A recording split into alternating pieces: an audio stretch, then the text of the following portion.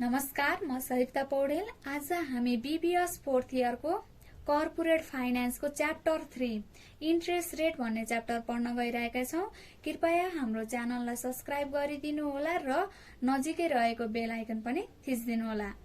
यो च्याप्टरबाट हामीलाई 10 मार्क्स को न्यूमेरिकल र 2 मार्क्स को हिसाब 2 मार्क्स को चाहिँ थ्योरी सोध्छ।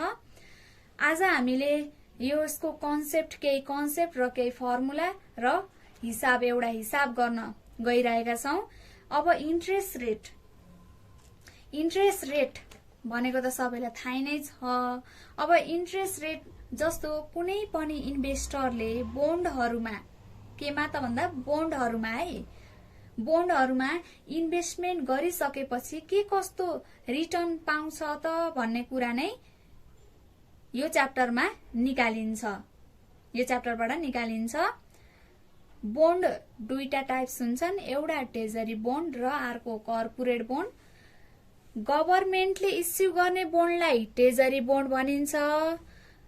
कर्पोरेट बोन्ड चाहिँ कर्पोरेसन वा फाइनान्शियल इन्स्टिट्युसनले इस्यु गर्ने बोन्डलाई कर्पोरेट बोन्ड भनिन्छ। अब यसको फर्मुला इन्ट्रेस्ट रेट हामीले यो च्याप्टरमा के निकाल्ने हो त भन्दा इन्ट्रेस्ट रेट निकाल्ने हो। कुनै पनि इन्भेस्टरले बोन्डमा लगानी गर्छ भने अब त्यहाँबाट के कस्तो रिटर्न पाउँछ त, के कस्तो इन्ट्रेस्ट पाउँछ त भनेर निकाल्नु नै यो च्याप्टरको काम नै त्यही नै हो। अब हामीले इन्ट्रेस्ट रेट निकाल्ने हो। Interest rate or yield own T bond भन्ने एउटै हो। इन्ट्रेस्ट रेट भनेर नि सोध्न सक्छ, interest rate on T bond भनेर नि सोध्न सक्छ, यील्ड ओन टी बोन्ड भनेर पनि सोध्न सक्छ। टी बोन्ड भनेको ट्रेजरी बोन्ड हो। अब हामीले इन्ट्रेस्ट रेटलाई हामीले के ले डिनोट गर्छौं भने अब यहाँ हामीले केटी पनि लेख्न सक्छौं है।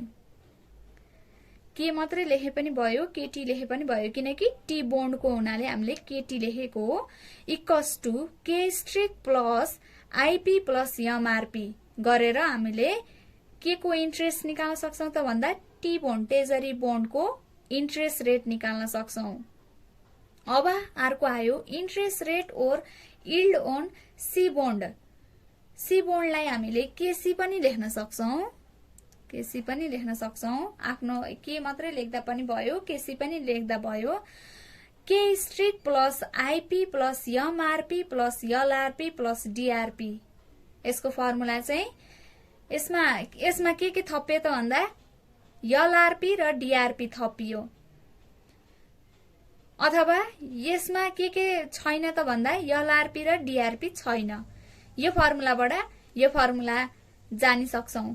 यो फर्मुलामा एलआरपी प्लस डीआरपी माइनस गर्दाखेरि हाम्रो के आउन जान्छ त भन्दा T bond interest rate on T bond आउन जान्छ भने इन्ट्रेस्ट रेट ओन टी बोन्डको फर्मुलाबाट एलआरपी प्लस डीआरपी गर्यौं भने सी बोन्डको इन्ट्रेस्ट रेट आउन जान्छ। अब अर्को आयो 3 नम्बरमा IP equals to I1 I2 plus IN dot IN सम्म गरे र कति छ n कति छ डिवाइडेड बाइ n गर्दाखेरि हाम्रो आईपी आउन जान्छ। र nominal risk free rate of interest KRF, यसलाई हामीले के ले डिनोट गर्छौं त भन्दा केआरएफ भनेर डिनोट गर्छौं। इक्वल्स टु के स्ट्रिक प्लस आईपी गर्दाखेरि हाम्रो nominal risk free rate of interest. योबाट हाम्रो यो फर्मुला आउने भयो। कसरी भन्दा यसबाट हामीले एलआरपी माइनस डीआरपी गर्दाखेरि चाहिँ टी बोन्डको आउने भयो भने यसबाट एमआरपी एलआरपी डीआरपी माइनस गर्यो भने nominal risk free rate of interest आउँछ। र अब यो के स्ट्रिक आईपी एमआरपी एलआरपी भनेको के हो त भन्दाखेरि अब वेयर के स्ट्रिक equals to real risk free rate of return हो। के स्ट्रिक भनेको यदि तपाईले कुनै ठाउँमा लगानी गर्नुभयो भने त्यसको रियल रिस्क फ्री रेट कति होला भन्नु नै के स्ट्रिक हो। अब सबैलाई यहाँ बुझ्न जरुरी छ भने real risk free rate of return भनेको त के हो त real risk free rate of return यो भन्नु अगाडि risk free rate of return भनेको के हो भन्न बुझ्न जरुरी छ। Risk free rate of return भनेको यहीँबाट थाहा हुन्छ, जोखिम रहित ब्याज दर। जहाँ जोखिम नै हुँदैन त्यहाँ त्यसलाई भनिन्छ रियल होइन, risk free rate of return. जस्तो आज नै हामीलाई थाहा हुन्छ कि जहाँ हामी इन्भेस्ट गर्न लागेका छौं त्यो बोन्डमा रिस्क नै हुँदैन भनेर। त्यसैलाई नै भन्छ के भनिन्छ त भन्दा risk free rate of return भनिन्छ, जोखिम रहित ब्याज दर। जोखिम रहित ब्याज दरको दुईटा टाइप्स हुन्छ, एउटा हुन्छ real risk free rate of return, अर्को हुन्छ nominal risk free rate of return. अब के हो त real risk free rate of return अथवा interest? Real risk free rate of interest भनेको जसमा इन्फ्लेसन इन्क्लुडेड नै हुँदैन, इन्फ्लेसन भन्ने कुरा नै हुँदैन। Real risk free rate of रिटर्नमा इन्फ्लेसनको कुरै आउँदैन, इन्फ्लेसन हुँदैन। त्यसलाई नै real risk free rate of interest भनिन्छ। जस्तो आज हजुरसँग 10,000 रुपियाँ छ र हजुरले ब्याङ्कमा लगेर डिपोजिट गर्नुभयो भने हजुरले 6% ब्याज दर पाउनुभयो। त्यो 6% हजुरको real risk free rate of interest होइन। त्यसमा त्यो 6% मा इन्फ्लेसन पनि इन्क्लुडेड भएको हुन्छ, किनभने आजको 10,000 र भोलिको 10,000 एउटै त हुँदैन। इन्फ्लेसनको कारणले हाम्रो आजको 10,000 भन्दा भोलिको 10,000 ले किन्ने सामान कम हुन्छ। आजको 10,000 ले हजुरले धेरै सामान किन्न सक्नुहुन्छ भने भोलिको 10,000 ले त्यति सामान जति आजको 10,000 ले किन्नु भएको थियो त्यति भोलि त्यही पैसाले त्यति नै सामान किन्न सक्नुहुन्न, किनकि इन्फ्लेसनको कारणले त्यो हुन्छ। त्यही भएर अब त्यसलाई हामीले real risk free rate of interest भन्दैनौ। इन्फ्लेसन इन्क्लुडेड नहुनेलाई real risk free rate of return interest भन्छौं। अब त्यो 6% मा कति इन्फ्लेसन इन्क्लुडेड छ त त्यसलाई घटाएर आउने नै real risk free rate of interest हो। 6% भनेको त्यहाँ इन्फ्लेसन पनि इन्क्लुडेड छ भन्ने बुझिन्छ। Real risk free rate of return interest निकाल्नको लागि हामीले इन्फ्लेसन चाहिँ घटाउनु पर्यो, त्यति बुझ्नुस्। जस्तो आज हजुरले 10,000 रुपियाँ छ भने भोलि 10,000 रुपियाँ नै 10,000 रुपियाँ ब्याङ्कमा आज लगेर 10,000 रुपियाँ डिपोजिट गर्नुभयो भने हजुरलाई भोलिको 10,000 भन्दा बढी आउँछ, किनकि ब्याज दरले गर्दाखेरि हजुरलाई 6% ब्याज दर दिन्छ ब्याङ्कले भने त्यो ब्याज दरमा हाम्रो इन्फ्लेसन पनि इन्क्लुडेड भएको हुन्छ, तर हामीले इन्फ्लेसन घटाउनु पर्छ। त्यसैलाई नै real risk free rate of interest भनिन्छ।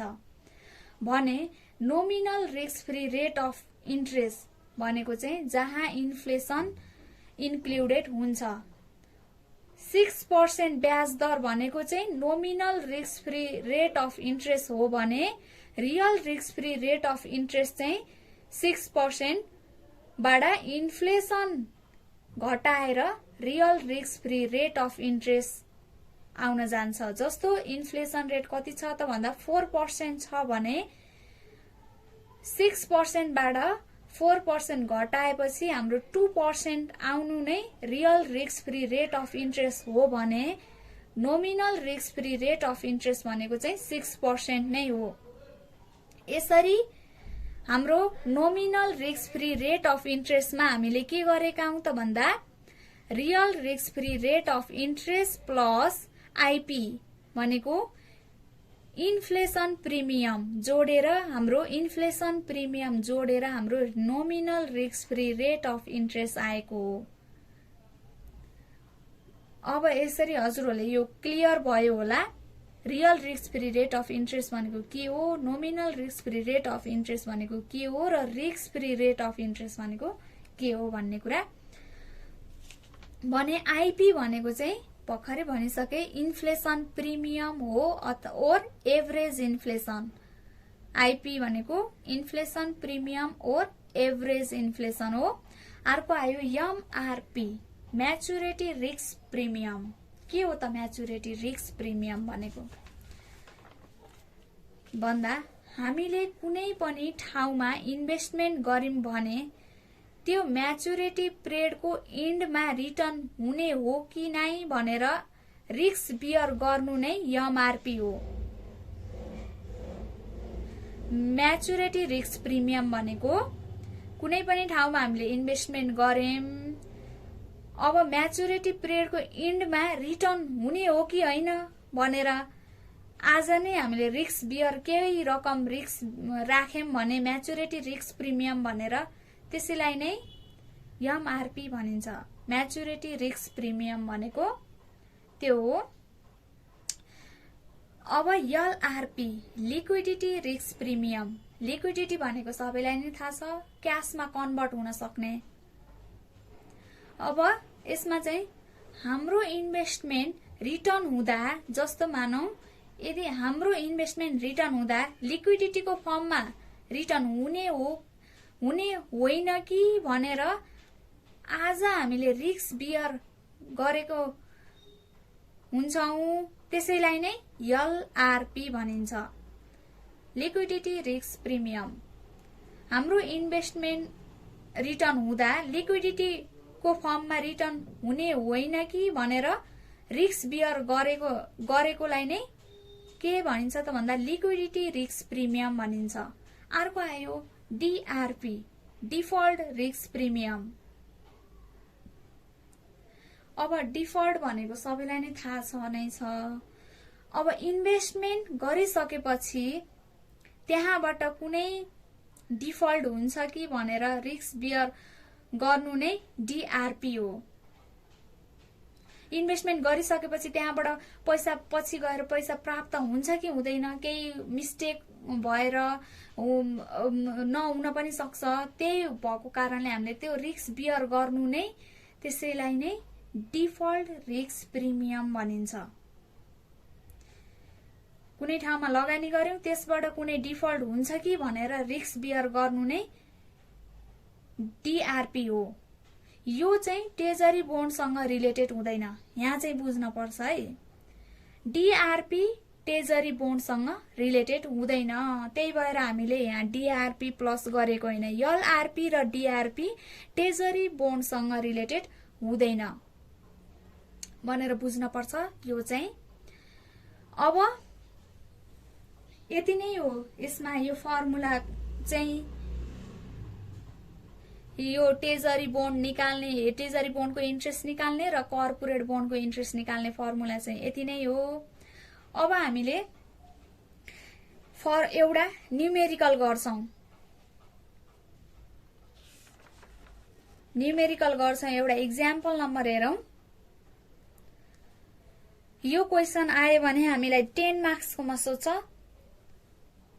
यो च्याप्टरबाट यति नै हो त होइन, यो चाहिँ कन्सेप्ट मात्रै हो र इम्पोर्टेन्ट नै छ। तर आजै अर्को पनि एउटा छ एक्सपेक्टेसन थ्योरी भन्ने, त्यो झनै इम्पोर्टेन्ट छ। यो यहाँबाट हामीले त्यो एक्सपेक्टेसन थ्योरी पनि गर्न सक्छौं।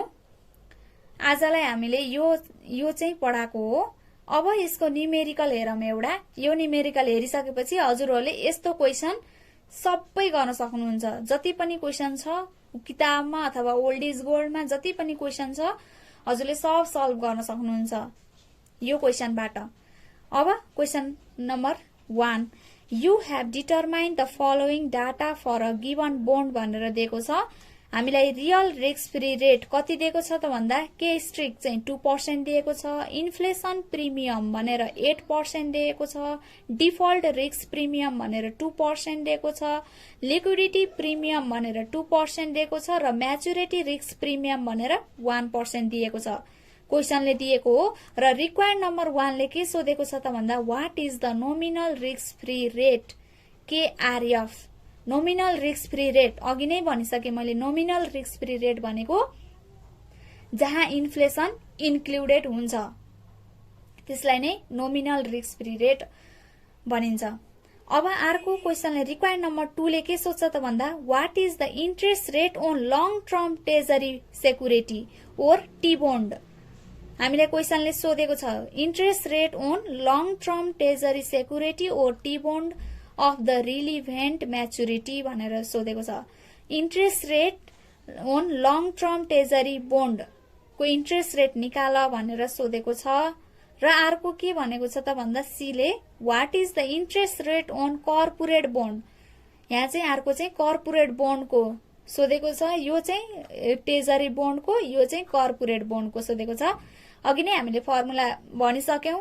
पहिला सुरु त हामीले गिभन सार्न पर्छ, मेन इम्पोर्टेन्ट भनेकै गिभन हो, गिभनबाटै हामीले सबै सल्भ गर्न सक्ने हो।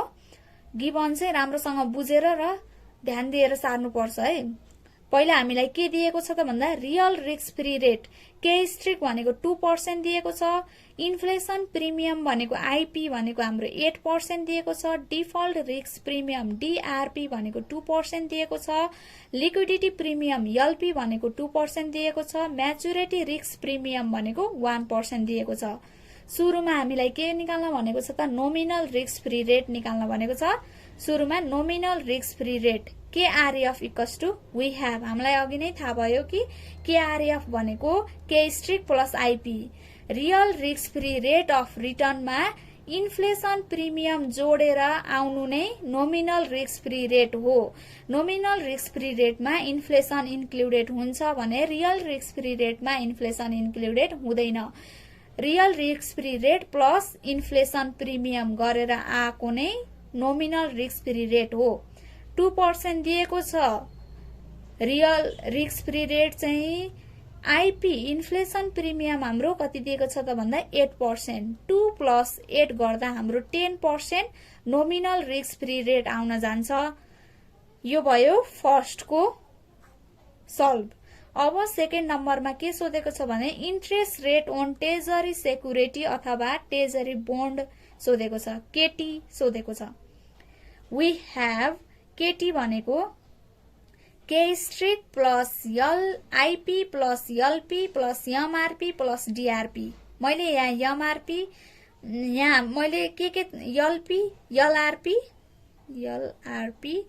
प्लस डीआरपी किन लेखे त भन्दा यसमा लेख्न त लेखे तर मैले यसको चाहिँ पर्सेन्टेज चाहिँ 0 राखेको छु, किनकि ट्रेजरी सेक्युरिटीमा एलआरपी र डीआरपी हुँदैन, रिलेटेड ट्रेजरीसँग रिलेटेड हुँदैन भनेर मैले यहाँ 0 राखेको। यो चाहिँ अथवा यो नराखिकन डाइरेक्ट पनि निकाल्न सक्नुहुन्छ।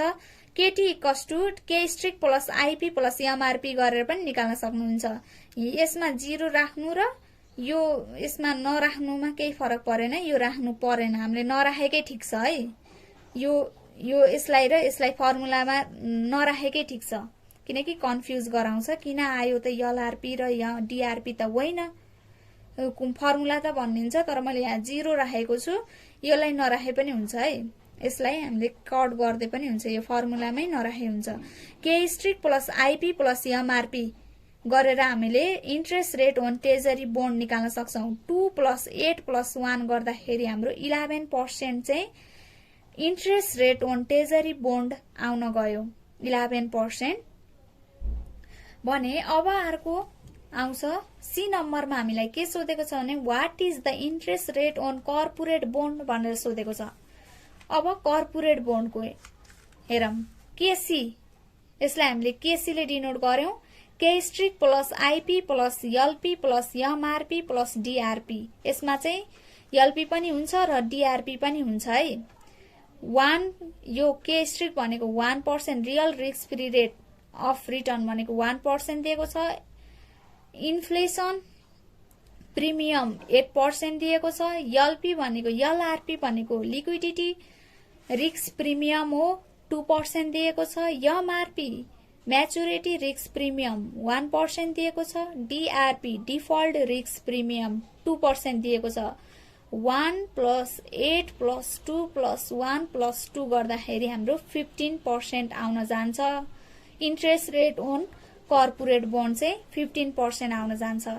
यसरी हामीले निकाल्न सक्छौं। अब हामीले यो क्वेशन गरिसकेपछि जुन क्वेशन पनि सल्भ गर्न सक्छौं। यस्तै क्वेशन, यस्तै टाइपको क्वेशन चाहिँ हामीले सजिलै सल्भ गर्न सक्छौं। आजको लागि यति नै र अब मैले नेक्स्ट भिडियोमा चाहिँ यसबाट धेरै आइरहेको क्वेशन र आउने सक्ने सम्भावना क्वेशन लिएर आउँदैछु।